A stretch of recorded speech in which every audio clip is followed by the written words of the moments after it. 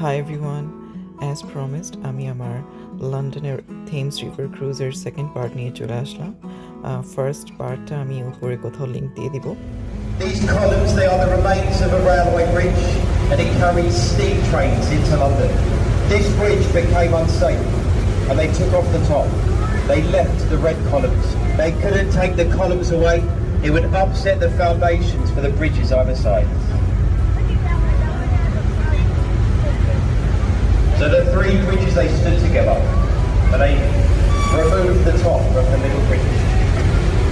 Here on your left, St Paul's Cathedral. This is Sir Christopher Wren's masterpiece.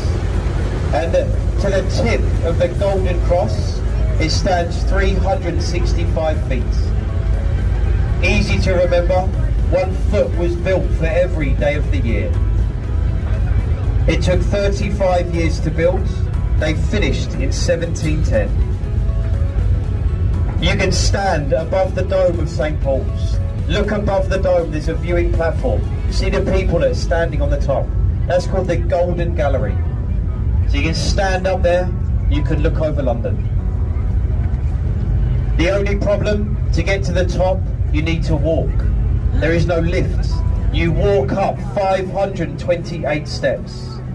But apparently the views are worth the walk. If you visit St Paul's on a Sunday, you go for free. Every single Sunday throughout the year, you don't pay to visit St Paul's.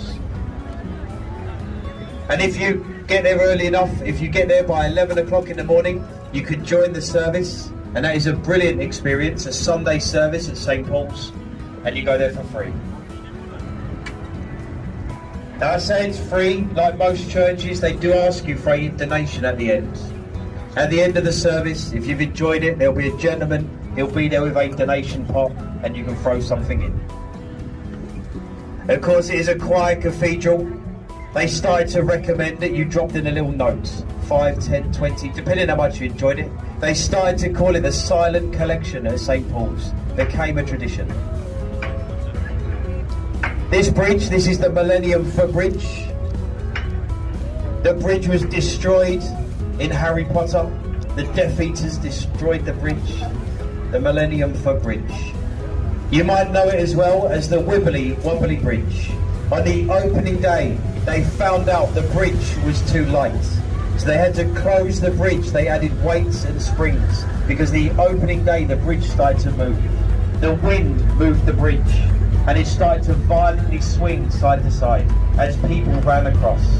So they had to close it. They gave it the nickname, the Wibbly Wobbly Bridge. Here to your right, you've got the William Shakespeare's Globe Theatre, the white round building with the thatched roof. This is where you can watch one of William Shakespeare's plays. All of the plays, they are performed traditionally, exactly as they would have been performed in the 1500s. That theatre holds 2,000 people, and there is 2 plays every day, so there is always tickets available.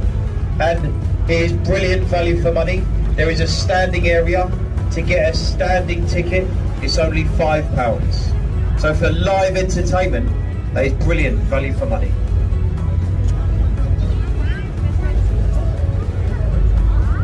And is everyone enjoying the live commentary so far?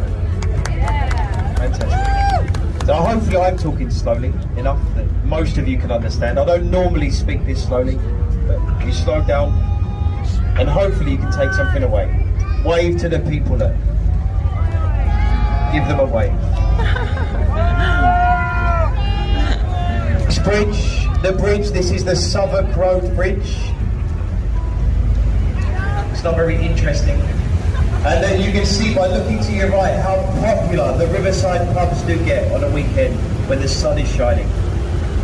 This pub was built in 1615. The pub is 400 years old. A very famous pub on the Thames. It's called the Anchor. They say that William Shakespeare used the pub as changing rooms before performing in theatres nearby. Me and my friend driving the boat, we spent hours in that pub after work. We finished work and we researched this commentary for you and we do it in these riverside pubs.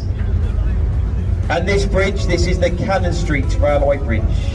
This is the oldest railway bridge to span the Thames. It's not very nice to look at, but it is just a railway bridge. And one for the children on board.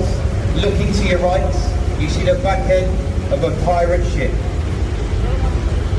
This pirate ship, this is a working replica to Sir Francis Drake's Golden Hind.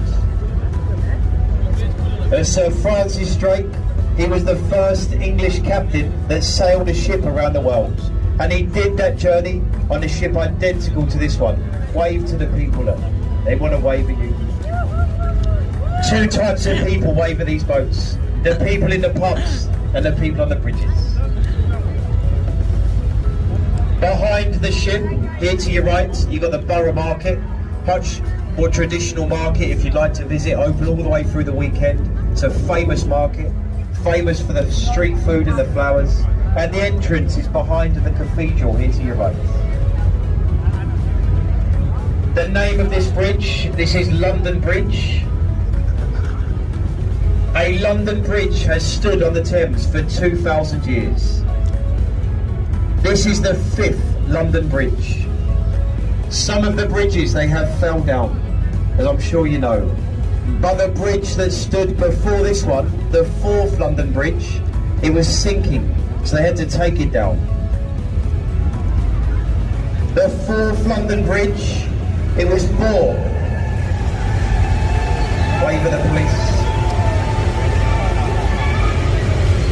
So the 4th London Bridge was sinking and it was sold to an American oil tycoon called Robert McCulloch. An American bought London Bridge for $2 million. That bridge, it was moved to America and they rebuilt London Bridge in Arizona. Lake Havasu City, rebuilt in the desert, exactly as it stood on the Thames, still standing there today as a tourist attraction. That is a famous story. I'm sure some of you have heard that story before.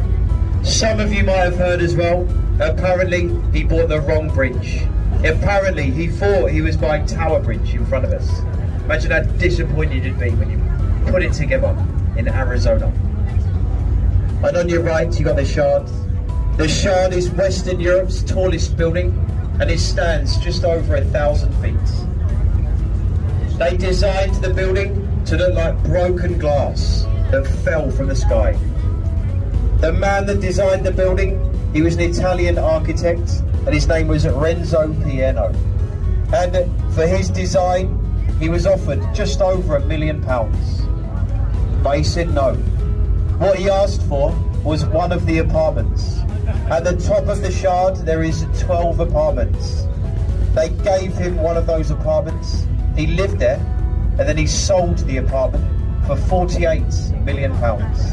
So that's not too bad. £48 million. The warship to your right, this is the HMS Belfast. Built in Belfast at Northern Ireland. They built the ship in the same place where they built the Titanic, the ill-fated ship. Launched on St. Patrick's Day in 1938. And it came up through Tower Bridge in the 70s and it's been here ever since. And this is a museum, a tourist attraction. You can see the people on board walking around. There is 9 levels. You can go right through the engine rooms to the captain's wheelbox on top.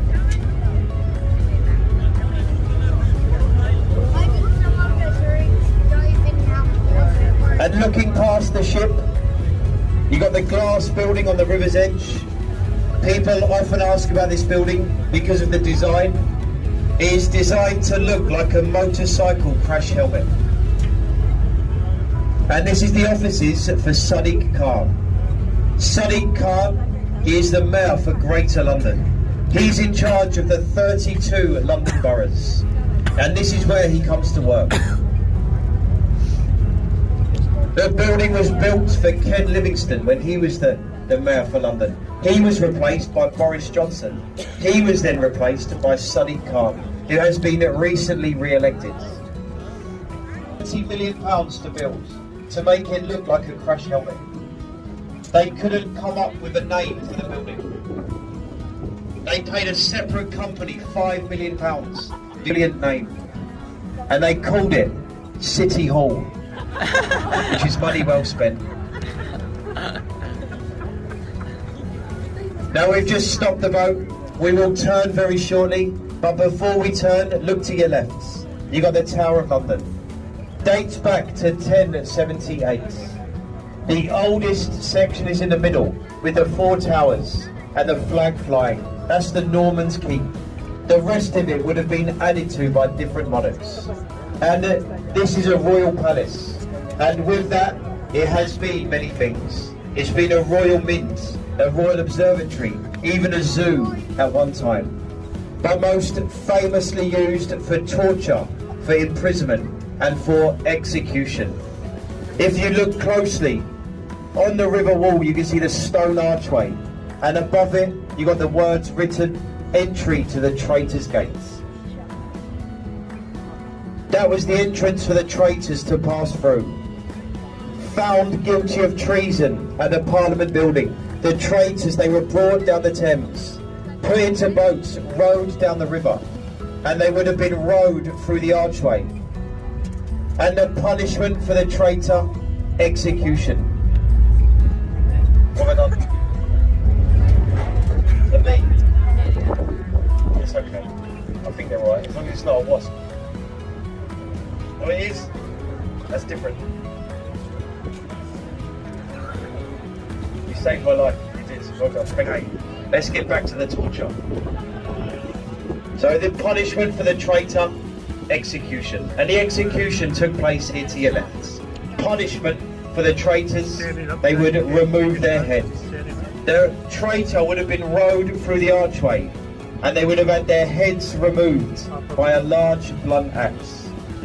And if they would have been a friend of royalty, a popular person, it didn't end there, because their severed head would have been dipped into a barrel of tar, and their head would have been put on a spike, and their head would have been displayed on London Bridge.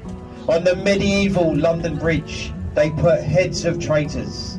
They were put on the bridge as a warning, a deterrent for other traitors thinking of crossing the river to get into the capital city. And there would always have been about 30 heads on that bridge. So imagine that, a gruesome deterrent. They don't do it anymore. That is not what they do today. Today, they have rehabilitation, community service, and that does work much better. The castle today is a tourist attraction, home to the crown jewels. Now look at the bridge to your right. With your cameras, take a photo as we turn. Tower Bridge was built in 1894, designed by a man called Sir John Wolfbarry. Built in the Gothic style, so the bridge blends in with the castle that is next door. The middle of the bridge opens up, lifts up like a double-sided drawbridge to allow ships to pass through. You do have to be very lucky to watch the bridge lift, to be in the right place at the right time, to watch the bridge open up. There is no schedule of when they lift that bridge. The only way you can find, and if you were to look on that website, you find out it doesn't happen very often. To get the bridge to lift, it only takes 90 seconds, and you have to book it. To book the bridge to open, you fill in a form online, and you need to give them 24 hours notice. That is the only requirement, 24 hours notice, and it is free of charge to get the bridge to lift. Doesn't cost you a penny. Anybody can do it, as long as you give them 24 hours notice. You don't need a ship. You don't need to have a working boat on the Thames. Anybody can do it, as long as you give them the notice they need. Now, the best time to book it, rush hour. 5 o'clock on a Friday, cause misery to everybody else. That is the best time to book the bridge to lift. Now I hope you did get a photo there as we turn the boat. We are going to slowly make our way into Tower Pier. This is our next stop. Now for your safety, just stay seated. Until we are safely alongside, just stay in your seats. And my friend driving the boat, he will tell you when we are safe, and then you can get off. Thank you all for listening, for your kind attention along the way. I really do hope you have enjoyed it. And I do hope as well, the live commentary, it might have added to the trip. As we mentioned, we are just members of the crew. We are here for your safety, to make sure you in the boat get safely from A to B. But we give you a commentary, and it carries on a tradition here on the Thames. Commentaries have always been done by the crew, and we like to keep that tradition going. So এই ছিল আমাদের river cruise. Hopefully আপনারা enjoy করেছেন।